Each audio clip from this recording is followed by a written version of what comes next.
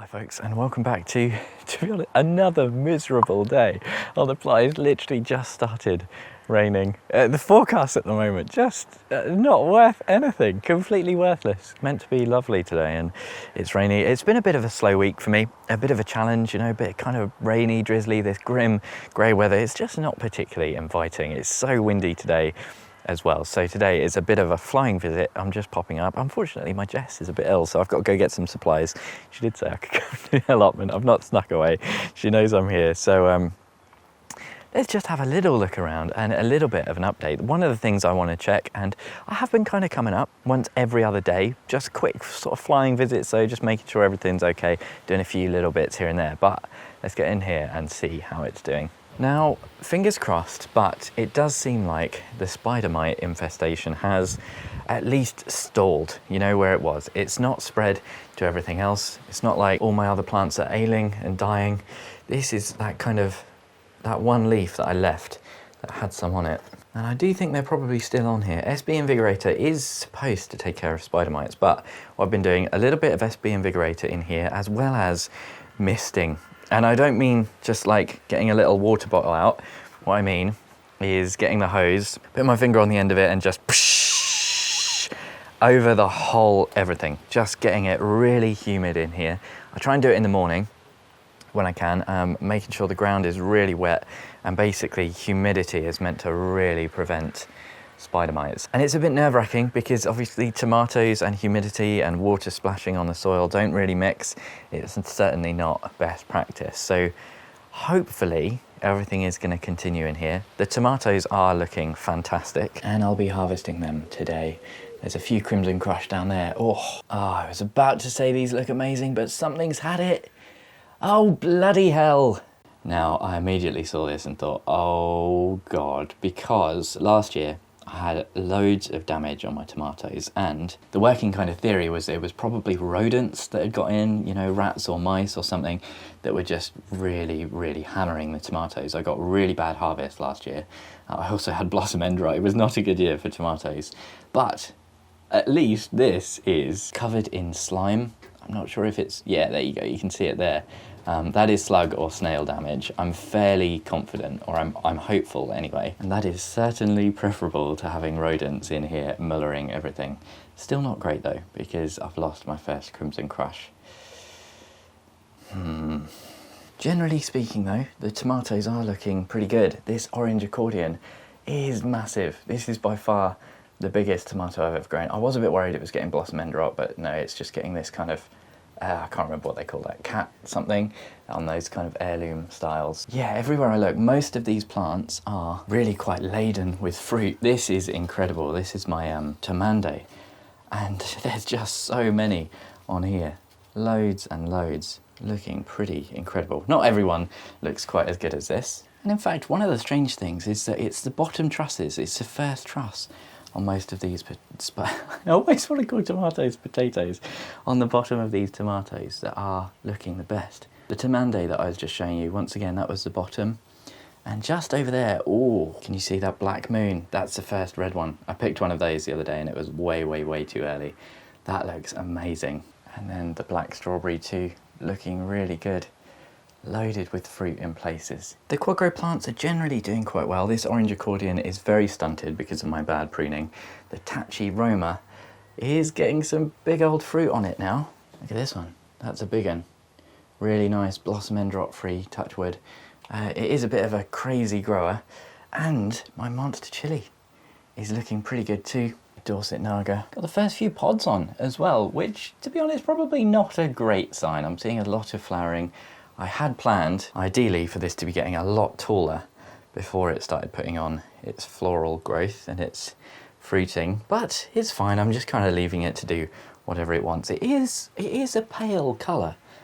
I must admit, I've given this a little bit of a seaweed feed, but I've been really light on the feed because obviously it's got a huge amount of compost to set its roots into. So, a bit of an experiment. We'll see what it's going to do. One good thing is, a lot of this is the one with all the leaf curl, but a lot of the trusses now are setting. What I saw at first is a lot of my tomato trusses, I think when we had the really hot weather, they would flower and just not properly set.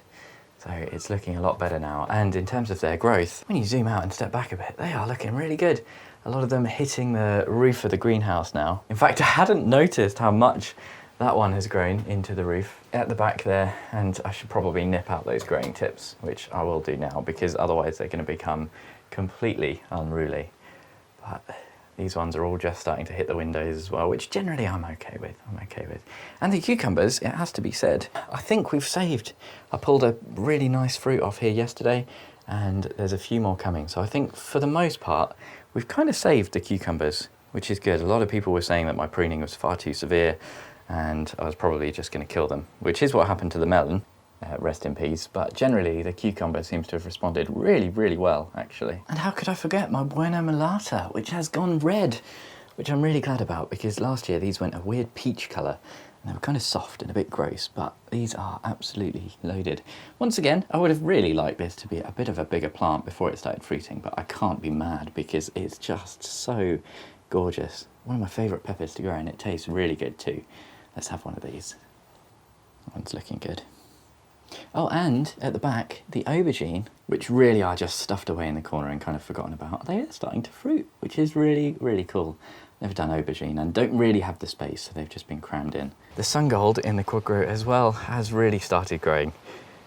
And is still growing, and I'm going to just once again kind of leave that to its own devices. It's still setting lots of fruit, so I'm just going to leave it to do what it likes. Although I must admit, I don't think sungold are my favourite. I've had a few off here that are completely ripe, and it's the tough skins. I had a few comments from people saying the same thing, so I know it's not just me that has said about the skins and the splitting as well. And I must admit, I was expecting the taste to be phenomenal. People talk about how sweet it is. It's okay. It's not amazing, but it's not, you know, miles and far away from a gardener's delight for me. I'm actually not doing gardener's delight this year, and I kind of regret it. I like them. They're reliable, and they're a nice tomato. I think they get a bit of a bad rep, gardener's delight. Generally speaking, all the beds are looking pretty okay. I've been doing a bit of deadheading on all the calendula. The only thing to report is the badgers or the foxes have been having a good dig again in pretty much every path, every bed.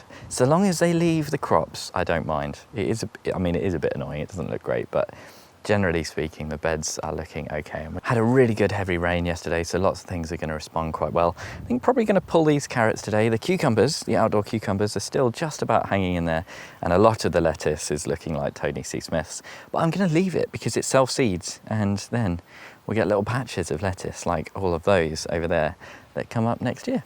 That's just free lettuce. Interestingly, I'm noting a lot of my marigolds, for whatever reason, have started to die back. That one does need a deadhead, but just a lot of the marigolds looking like really sad plants. It's a bit unusual. Quite happy. You know, I've just been coming along every other day and just, you know, admiring it. Just going, yeah, that looks all right. Yeah, I'm happy with that. Definitely the best it's ever looked. And the nursery area, well, I will admit the Savoy cabbages are not coming back, but the seedling Savoy are still just about alive, although with quite a lot, although I say that, maybe not, quite a lot of flea beetle damage. We'll see what they do. The beetroot look nice at least. I will probably have to redo the swede, but this is fairly low priority, I must admit, and you'll see why over the next coming few episodes, I'm sure. Now, from what I remember, these have a lovely sweetness and they're not too hot.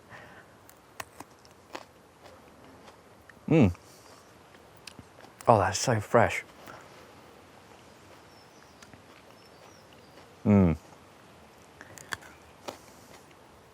That is so sweet. Really juicy pepper, not at all dry. Just a little bit of heat creeping in. Buena Mulata is such a star, honestly. To have a pepper that looks as good as it does, but also has such a nice taste. Very cayenne kind of flavour profile, but just delicious. The texture is a little bit weird. They do go quite soft, but nice pepper. And I've just got to give you a quick chili pepper update because, wow, I think this is looking phenomenal. This is a good year for chilies for me. Not in terms of weather, to be honest. They do like it bright, so all this kind of grey, dreary weather is probably not great for them. But my growth this year, my. And just look at these autopot peppers. I think It's tricky because I don't have 15-litre pots to compare with, but I am really quite blown away with the initial performance of my auto pot. There is one drawback, and I don't think I'm blaming the auto pots, but my melon down here just did not recover. As soon as I repotted it and kind of did it all the supports, it started most of the leaves started dying back from the bottom up. And I really thought it might be kind of bouncing back. You know, the tips and the new growth kind of looked okay, but to be honest, it's just stalled completely and now it's all dying back. There is still a melon on here. I don't know what has caused it. It might be, if anything, too wet. I'm wondering if the ground isn't quite level here. And I checked yesterday and the soil is really, really wet. So it might just be that, which is a bit of a shame, but kind of chalk it up to learning experience. It's just one plant. And certainly I don't think it's a reflection on the autopots themselves, because look at what's growing in the autopots just next to it. Let me go round the corner and show you the difference. So these ones are in 10-litre pots. They're looking really healthy. I think that's a piri piri and a Trinity pepper as well. So a kind of piri piri on the left, slightly faster growing, and then the Trinity on the right is a slower growing Chinen style. And then you come over to the autopots and look at the difference. It's just like a jungle. They are absolutely exploding. The ones on the shelves at the back are in kind of smaller pots, so I always expect those to be a bit smaller. I don't want them to get too big because they'll just compete with the glass, you know, they'll start hitting the glass. But this is just unbelievable, and you can see how much fresh, kind of new, fresh growth there is. And I think part of that is probably the 15-litre pot, but I think it's got to be something to be said for the autopots going in there and the autopot nutrient that they sent me. If you missed the autopot video, there's a quick overview that I'll link in the description. So the crazy thing is that some of these are really, this one in particular, which is my Korean, my Goshu, it's bigger than my monster chili. You know, they're doing better and they're performing better than my monster chili, which is just back there in a massive, massive pot. Most of the plants are finally supported. That's one of the things I've been doing this week. We're just starting to see a few go red, a few little bits of ripening, and in fact there's another one deep inside here. I think the Champion, which I've just been looking at for a little while, so I'm going to harvest that and give that a taste as well. Champion in name, but Champion in flavour, we'll see. If you didn't know as well, the tip of the chili pepper, the end, is generally the mildest bit. So if you're a little bit scared but you want to have a taste of your peppers, just go in from this end.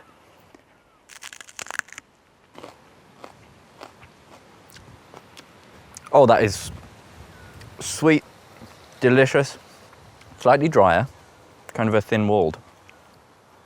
Oh, that is an explosion of really nice, quite smoky, slightly zesty, very sweet. I am impressed. I wasn't expecting much from this one. That is a very nice pepper. Champion. Certainly mild, very mild. More mild than the Buena, I would say. It is so nice to get a little bit of a kick on such a grey kind of miserable day, you know, it warms you up, gives you a little bit of excitement. Oh, the sun's just coming out. One thing I haven't mentioned in a long time, I'm coming up to nearly 40 patrons now. Every day when I start recording, I think about the patrons and I just can't believe it. I'm so appreciative. And I promised when I started my Patreon that if I got to 50 patrons, by the end of this growing season, I'd be eating my hottest pepper. So do bear that in mind and do check out the Patreon below. This one up here is my hottest pepper and it's looking fantastic. This is a 7-pot Primo and it's one that at the start of the season wasn't looking so great, but just over the last few days I've noticed the first few pods coming through on here, they're gonna be scary. They are gonna be dangerously hot. So if we get to 50 patrons, by the time these are ripe, I'll eat one video and you can all enjoy me going through the motions. I really hope wherever you are, the weather isn't keeping you out of the garden and you're still enjoying it. An extra special thank you to all my Chili Pepper Tier patrons, Tony, Bill, Pam, Louise, Mel, Michael, Denise, Socks in the Garden, and Craig. Hopefully I'll see you again in the next one.